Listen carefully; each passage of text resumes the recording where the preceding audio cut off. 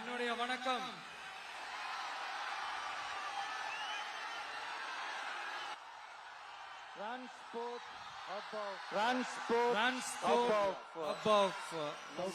South India நம்ம நாமக்கல் மாவட்டம். எழுதின இந்த வரிகளை யார் எழுதினது தெரியுங்கள? நாமக்கல் மாவட்டத்தை சேர்ந்த மேகனூர்ல பிறந்த நாமக்கல் கவிஞர் திரு ராமலிங்கம் பிள்ளைதான், அவர்கள்தான். அடுத்து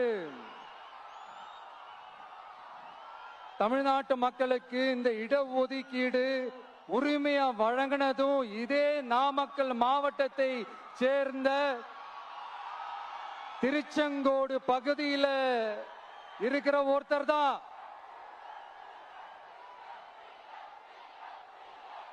நம்ம சென்னை மாகாணத்தோட முதலமைச்சரா இருந்த சுப்பராயன் அவர்கள். அவர்தான் அந்த மாபெரும் மனிதர்.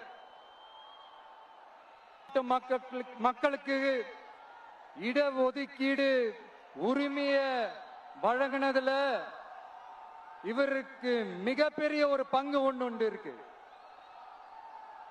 அதுதான் இந்த கம்யூனல் GO 1071 அதை கொண்டு வந்து பட்டியலின மக்களுக்கும் பிற்படுத்தப்பட்ட மக்களுக்கும் இத வழங்கினார். அதனாலதான் அவரு முதலமைச்சரா பதவியேற்றதுக்கு அப்புறம் முதல் தமிழர் அப்படின்ற அந்த பெருமையோட சொன்னது மட்டும் இல்லாம இதே நாமக்கல்ல அவருக்காக ஒரு மணிமண்டபம் கட்டுவோம்னு வாக்குறுதி நம்பர் 456 கொடுத்தது யாரு?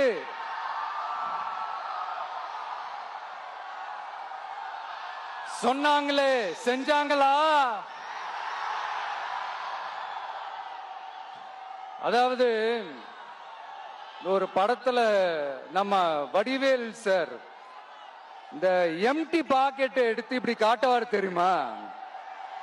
அந்த மாதிரிதான் ஒவ்வொரு வாக்குறுதியும் படிச்சுட்டு அந்த எம்டி பாக்கெட்டை இப்படி நம்ம காட்ட வேண்டியதுதான்.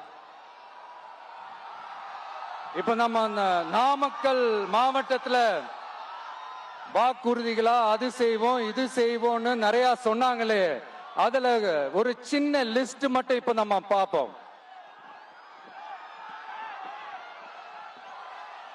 ஒவ்வொரு ஒன்றியத்திலும் தானிய சேமிப்பு கிடங்குகள் அமைக்கப்படும். இவை உலர் களங்களுடன் கூடிய கொள்முதல் நிலையங்களுடன் இணைக்கப்படும். வாக்குறுதி நம்பர் 50.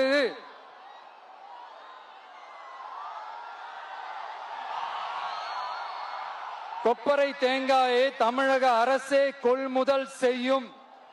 அதிலிருந்து தேங்காய் எண்ணெயை உற்பத்தி செய்து நியாய விலை கடைகள் மூலம் விற்பனை செய்ய நடவடிக்கை எடுக்கப்படும். வாக்குறுதி நம்பர் 66.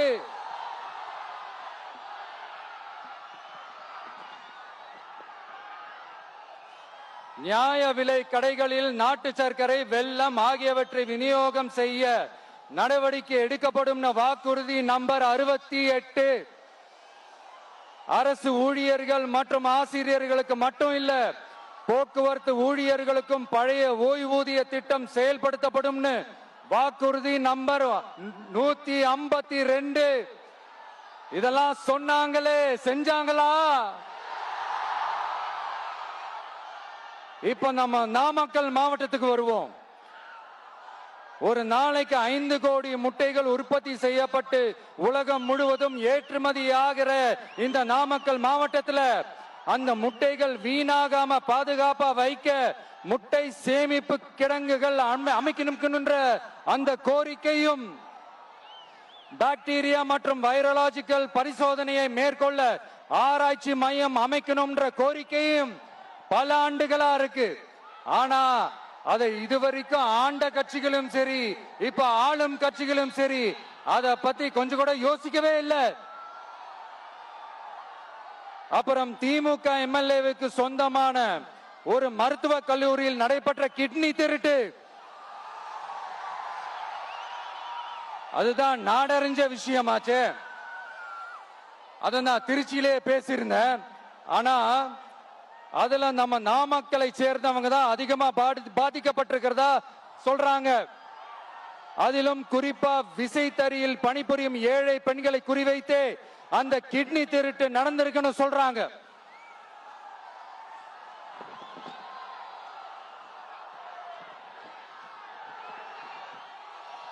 இதுல ஈடுபட்டவங்களை யாரா இருந்தாலும் நம்ம ஆட்சி அமைஞ்சதும் கடுமையாக தண்டிக்கப்படுவார்கள்.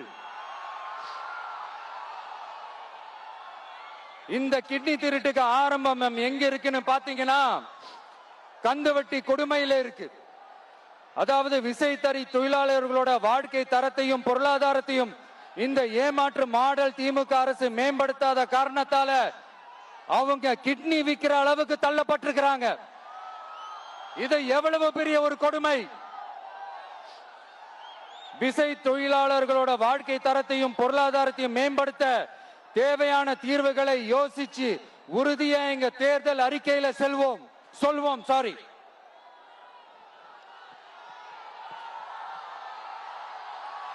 நான் இந்த சுற்றுப்பயணத்துல எல்லா ஊருக்கும் போகும்போது ஒரே விஷயத்தை தான் மக்கள் ரிப்பீட்டடா நம்ம கிட்ட சொல்றாங்க. அடிப்படை சாலை வசதி, குடிக்க நல்ல குடிநீர், ஒரு நல்ல மருத்துவ வசதி இல்ல, நல்ல டாக்டர்ஸ் இல்ல, பெண்கள் பாதுகாப்பு. இதத்தான் அவங்க கேட்கிற இந்த அடிப்படை விஷயங்கள். அவங்க பெருசா எதுவுமே கேட்கறது இல்ல. என்னப்பா இந்த விஜய் எங்க போனாலும் கேள்வியா கேட்கிறாரு,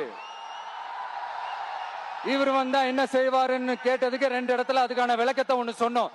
கல்வி, ரேஷன், மருத்துவம், குடிநீர், அடிப்படை சாலை வசதி, மின்சாரம், போக்குவரத்து, பெண்கள் பாதுகாப்பு, சட்டம் ஒழுங்குன்னு இந்த மாதிரி அடிப்படை விஷயங்கள்ல எந்த சமரசமும் இல்லாம கரெக்டா செய்யப்படும்னு சொன்னோம். இதத்தானே எல்லாரும் சொன்னாங்க, அதே தான் இவரும் சொல்றாரு. இவர் என்ன புதுசா என்ன சொல்லிட்டாரு? புதுசா எதுவுமே சொல்லலையே.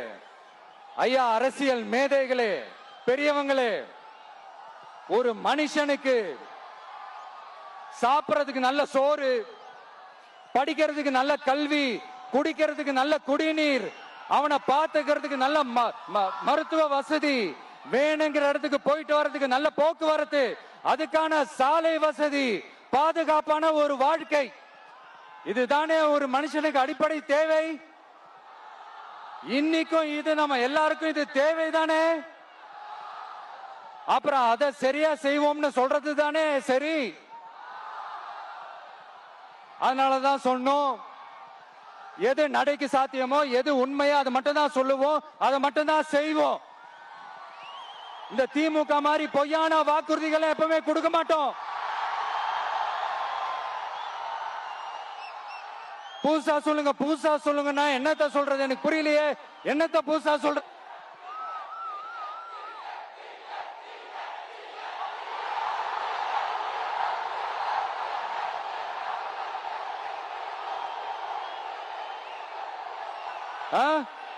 புதுசா என்னப்பா சொல்றது? செவ்வாய் கிரகத்துல ஐடி கம்பெனி கட்டப்படும், காத்துல கல்வீடு கட்டப்படும், அமெரிக்காவுக்கு ஒத்தடி பாதை போதப்படும், வீட்டுக்குள்ளே ஏரோப்ளேன் ஓட்டப்படும். இந்த மாதிரி அடிச்சு விடுவோமா? நம்ம சிஎம் அவர்கள் அடிச்சு விடுவாரு, அந்த மாதிரி அடிச்சு விடுவோமா?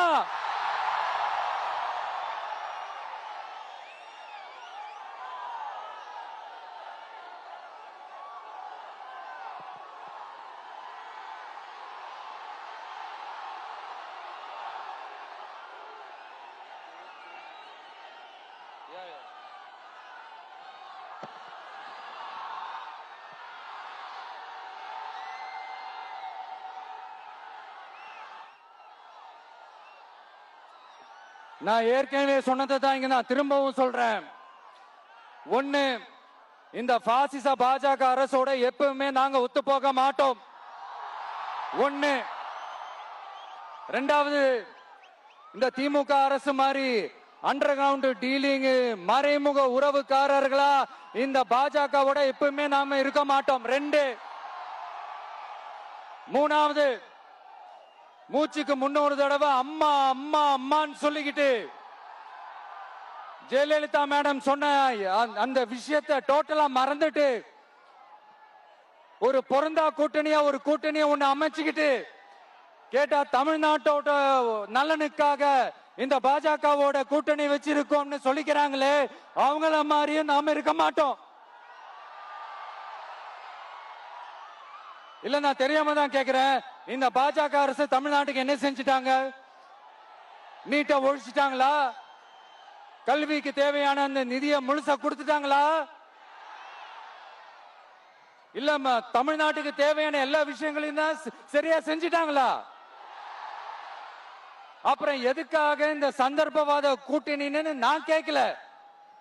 புரட்சி தலைவர் எம்ஜிஆர் அவர்களோட உண்மையான தொண்டர்கள் அவங்க கேக்குறாங்க.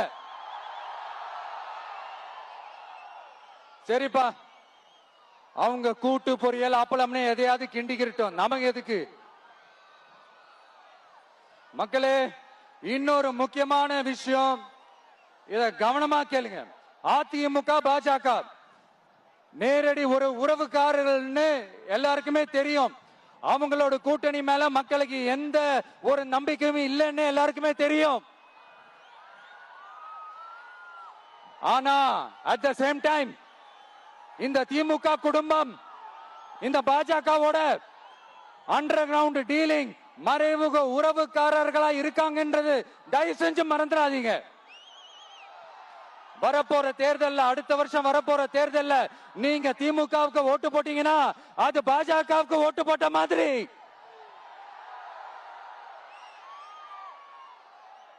வெளியில அடிச்சுக்கிற மாதிரி அடிச்சுப்பாங்க, ஆனா உள்ளுக்குள்ள வேணாம். மக்களே, ஜாக்கிரதை, யோசிங்க.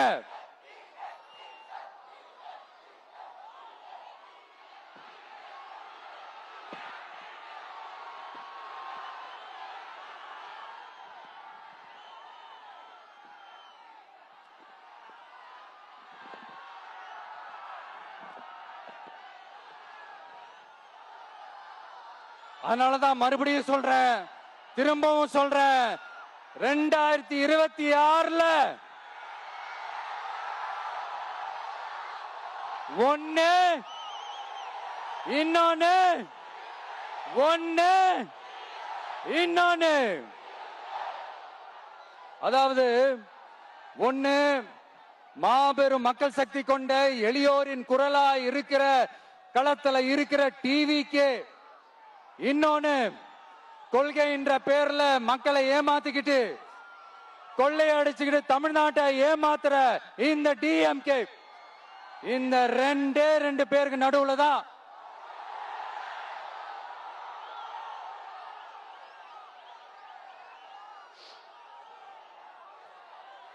இப்படி ஒரு மோசமான ஒரு ஆட்சியை கொடுக்கறாங்களே, இந்த திமுக அரசு மறுபடியும் ஆட்சிக்கு வரணுமா? உங்க உண்மையான மக்களாட்சி, மனசாட்சி உள்ள மக்களாட்சி, உங்க நம்ம டிவிக்கு மறுபடியும் ஆட்சி அமைக்கணுமா? சாரி, இப்ப ஆட்சி அமைக்கணுமான்னு கேட்டேன். சாரி.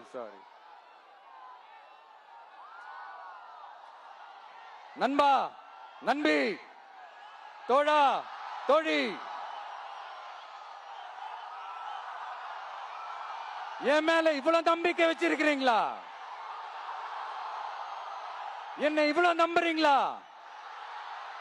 பார்த்தலாம், ஒரு கை பார்த்தலாம். சத்தியமா சொல்றேன், நானும் ஒரு 2-3 வாரத்துக்கு முன்னாடி என்னமோ ஏதோ நினைச்சேன். பார்த்தலாம், சத்தியமா பார்த்தலாம். கான்பிடண்டா இருங்க மக்களே, நல்லதே நடக்கும், வெற்றி நிச்சயம். மீண்டும் சந்திக்கும் வரை நன்றி, வணக்கம்.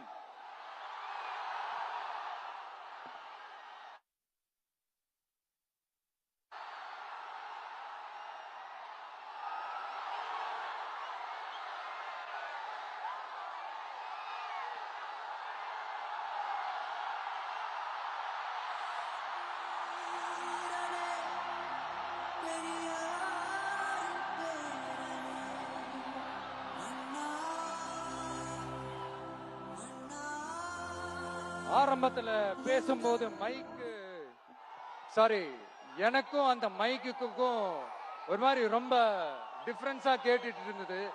அதனாலதான் கொஞ்சம் அந்த ரிதம் பிடிக்கிறதுக்கு கொஞ்சம் டைம் ஆயிடுச்சு. ஓகே.